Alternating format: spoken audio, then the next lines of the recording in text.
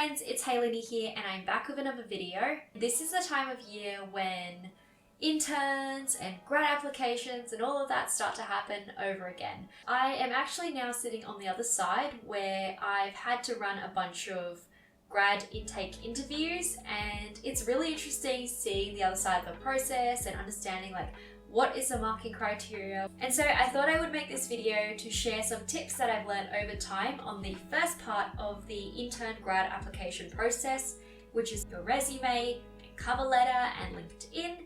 In terms of usually how intern or grad applications work is you submit some kind of application, you send in your resume and potentially a cover letter, you'll get an initial phone screening, and then usually there's some kind of online assessment or a take-home test.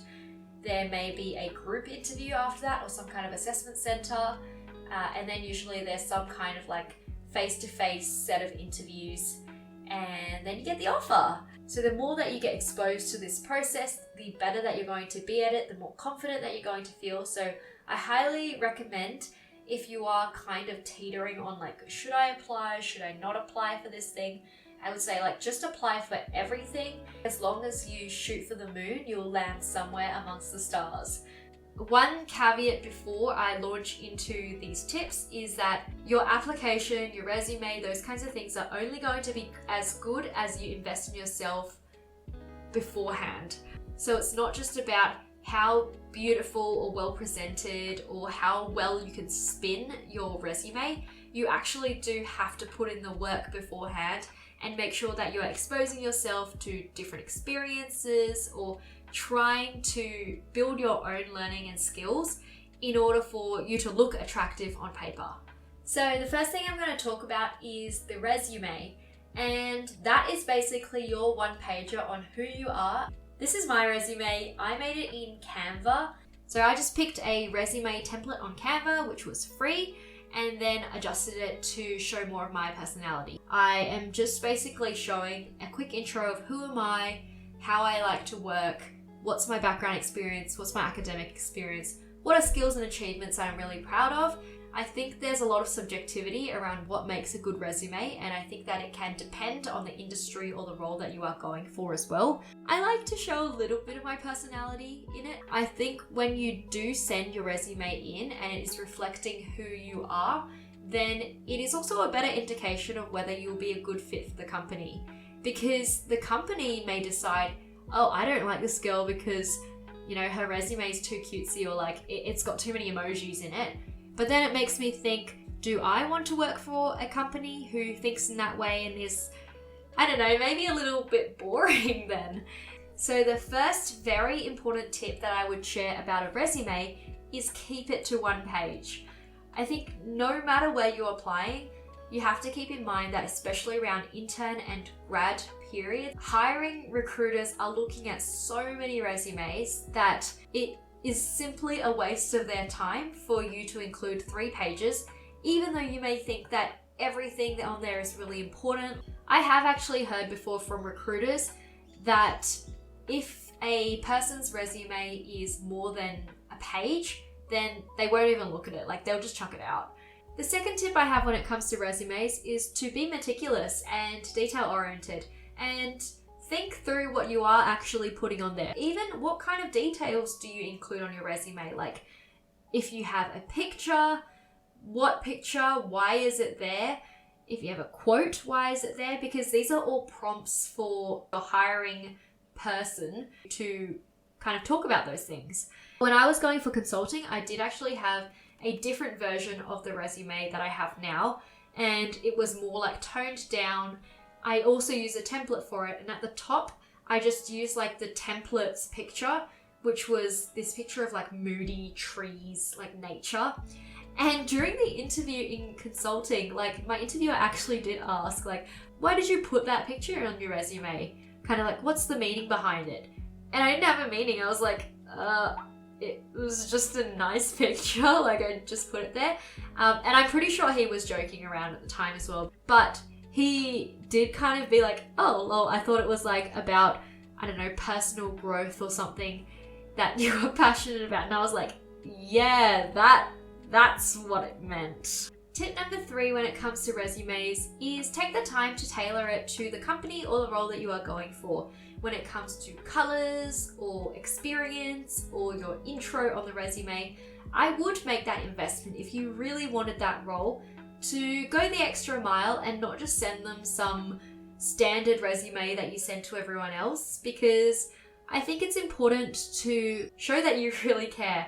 And it is those little detail-oriented things that can show a company that, hey, like this person has done their research and they are a great fit for this role. So examples of things may be as simple as when you submit your resume and say it's on like just a Word document. You could have a line and that line is just like in the color palette of the company that you're going for. Or when it comes to your intro, you may actually choose to rewrite it and tailor it slightly more to the industry or the company that you're going for. And in terms of like experience that you include or skills, they may be much more tailored to the role that has been cited on the job description.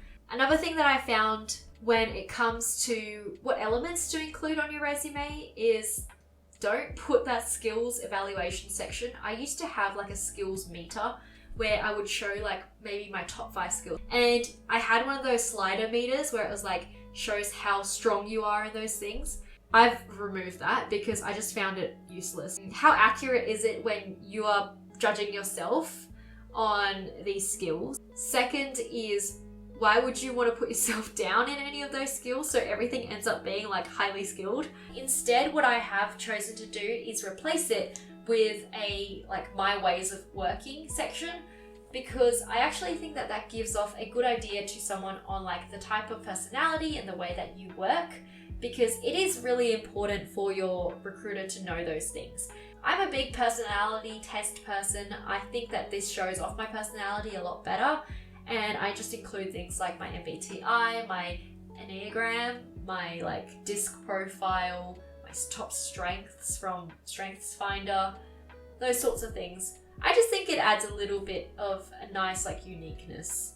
Tip number 4 is when it comes to your experience, call out your outcomes, not your activities. Usually in the blurb, people will put like, I worked at Macca's and what I did was work at the register or managed my team on the floor. I don't think that they are as interesting or important as what was the actual outcome, or even what did you learn. Whatever it is, just kind of point to what your impact was when you were in that role. And if there are no tangible outcomes, you can still be qualitative with them, or just share like the biggest kind of skills or things that you learnt during that experience. Let's say, for example, at your Macca's job, what you actually learnt was how to problem solve with difficult customers in a fast-paced environment. And then tip number 5 with your resume is get them in a format where a text reader can easily scan them. So if you have like a fun design version, don't make it a PNG or like a picture. Make sure that it's still in some kind of PDF format that is readable, because a lot of times actually when companies do an initial screening of a resume, they will use some kind of like automated machine which like looks through for certain keywords, I guess. So you want to make sure that that thing will pick up like your words basically on your resume. So that was resumes, and the hiring process is evolving slowly, and you're starting to see more and more formats of resumes that are not necessarily just like a page. The other direction, I guess, that the general industry is heading in is towards using LinkedIn as your resume instead. Many employers now use LinkedIn to either reach out or review people after they've seen their initial applications. So it is important to put some time into your LinkedIn and make sure you are presenting yourself in the best light. I think what I have found is that curating your LinkedIn, especially early on in your career, can create lots of opportunities for you. When you are more visible, recruiters can find you and then kind of reach out to you with opportunities, which then kickstart the way that you get into a role. A good example is that when I was still in uni, I did have a LinkedIn profile, and I was actually reached out to apply for the Atlassian intern program back when I was a penultimate year student. which then led to me getting the internship, which led to me getting the grad role. I would say my LinkedIn still needs a lot of improvement.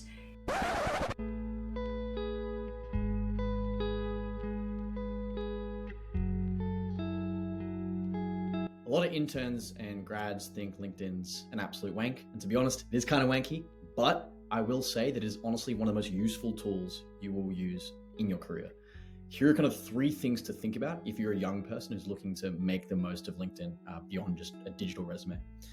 I think number 1 is really kind of, okay, the profile. Let's just take that as a section in of itself. That is really your chance to showcase, all the different things that you've done, both kind of uni, work, extracurricular, in a format that makes it easy for people who have similar interests and people who might have relevant opportunities to come find you, instead of you having to go and apply cold to every single possible job that's out there. Some things to think about in terms of profile design is using kind of the featured section where you can kind of add links to external work, getting recommendations. So not just the endorsements for skills that no one actually trusts, but proper recommendations from referees. It's just kind of a super easy way to kind of curate over time, positive experiences that you've had with, mentors, managers, etc. Other things to think about in terms of profile design, obviously just, adding in relevant skills that you do have, adding in a bio that's well fleshed out, making the most of a banner in the LinkedIn profile. That's like a huge piece of screen real estate. So you can put stuff there like, key links that you're working with, whether it's kind of a portfolio link or a website link. Or it even might just be kind of a photo of you kind of doing public speaking, showcasing some skill, etc. Number 2 really to think about then is the DMs. So a lot of people will just kind of stop at number 1. They go, okay, I've set up my profile well, nice design, good information on there. People are going to find me in the right keywords. I think DMs are, probably the most powerful piece of LinkedIn, where you can reach out to almost anyone. And to be honest, a lot of people are just super happy to chat to kind of strangers who do have mutual interests.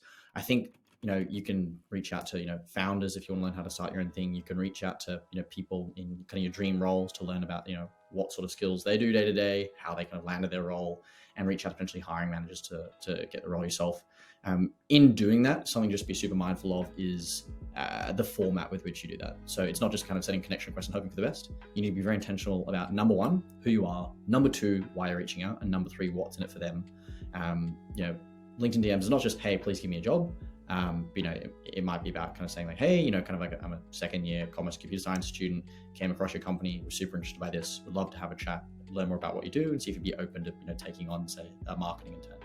I think kind of the final pillar is really around content, and this is probably one of the fewest people use. So I think most people now have a LinkedIn profile. Some will take advantage of kind of the DMs to be able to kind of make their own jobs rather than just waiting for jobs to pop up. But I think content is actually, for LinkedIn, probably even the most scalable way to get noticed by employers, future co-workers, future co-founders, etc. So the core thesis here is, start sharing, posts about the things you're working on, the things that you're learning. And you might think, oh, I'm young, I don't know what to talk about, I don't know what to write about. Chances are, because of your degree, or even because of your limited work experience, or because of the societies that you're involved with, you will know more about some things than at least some of your network. Whether you've done kind of say like a marketing internship, you can share kind of like basic principles you've learned in marketing, and you don't have to be the top 0.1% in order to create content. Really, it's just about knowing, okay, what's something that I'm learning that others in my network may not know yet, but would like to know. It's always about kind of meeting an unmet need. So it's kind of a good paradigm to think about in terms of content. And with that, you can test out different formats in terms of, images, text, video, talk to people, get suggestions, get feedback. And over time, the larger the data set, the more you'll start to see what sort of content the people in your network resonate with. And then the last thing that I want to talk about is cover letters, which is a really interesting part of the application process, because you'll generally see that cover letters are often an optional thing to include. And there is always this question of like, should I include a cover letter if it's optional? If I don't, does that mean that I look like I don't care enough to write one? I don't know the correct answer for every company. At my company, at the very least, I have asked our recruiters before. They told me straight up like, nah, we don't really care. If they want to include it, they can include it. If they don't, we don't dock any marks for that or anything. The second thing here is, just like the other parts of your application, keep it short. Ain't nobody got time for that. People don't have time. And if you're going to write 3 pages, it's not that interesting unless your life is like really interesting. The third thing is do not have a standard cover letter that you just like replace the company name for and send out to every company, because I don't think it is that useful and it's kind of a waste of time. You're not tailoring it to the organization. It's boring, it's standard, it looks like every other cover letter that gets sent through. What's the point in doing it? You're not standing out. There's also that huge risk of forgetting to replace a company's name somewhere in that cover letter and then ending up sending it to a different company, and that's just a huge mess. So what instead would I recommend is, if you were to include a cover letter, tell your story and try to communicate in an effective written way that is engaging and tells a story or gives examples of personal things that you have gone through, rather than saying like, I'm good at problem solving, I'm good at critical thinking, I am good at these things as you can see because I had done this internship in the past and I have completed this project. What actually made you the person that you are today? That is all I have for today. I hope you found this helpful and interesting to some extent. Please let me know in the comments below what you want to see from me next time. Thank you so much for watching. Make sure you like, comment, subscribe, and share this video with your friends, and I will see you all next time.